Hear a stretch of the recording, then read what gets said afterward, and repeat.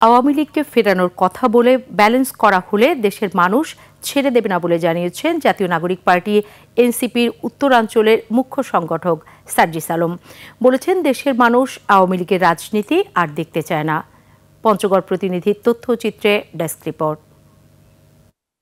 আপনার প্রিয় কাপড়ের যত্নে এলো এনজাইম সমৃদ্ধ Arik silver wash detergent powder 500 গ্রাম মাত্র 70 টাকা। প্রিমার্ক।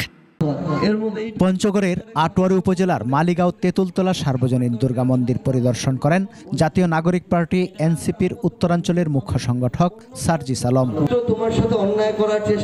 পরে তিনি সাংবাদিকদের বলেন, নিজের চেক অ্যান্ড ব্যালেন্সের জন্য যদি বিদেশে গিয়ে কেউ আওয়ামী লীগ ফেরানোর স্টেটমেন্ট দিয়ে সুশীল সাজেন, তাহলে দেশের মানুষ সেটা মেনে নেবে না।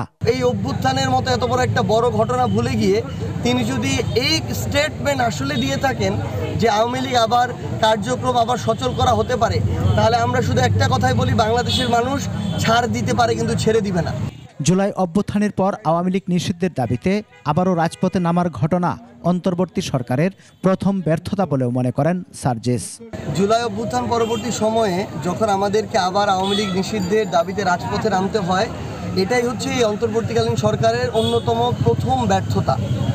দ্বিতীয়ত, যখন মানুষ আবার রাজপথে নামলো তাদের জায়গা থেকে, এবং নামার পরে মানুষ রাজপথে দিনের পর দিন আন্দোলন করলো এবং যমুনা ঘেরাওয়ের পর্যায়ে পর্যন্ত গেল, তখন তারা এই রাজনৈতিক কার্যক্রম নিষিদ্ধের যে ধাপ, সেই ধাপে গেল। সার্জিস বলেন, নির্বাচন কমিশনের আচরণে মনে হচ্ছে তারা কোনো একটা চাপে প্রতীক বরাদ্দ নিয়ে স্বেচ্ছাচারিতা করছে।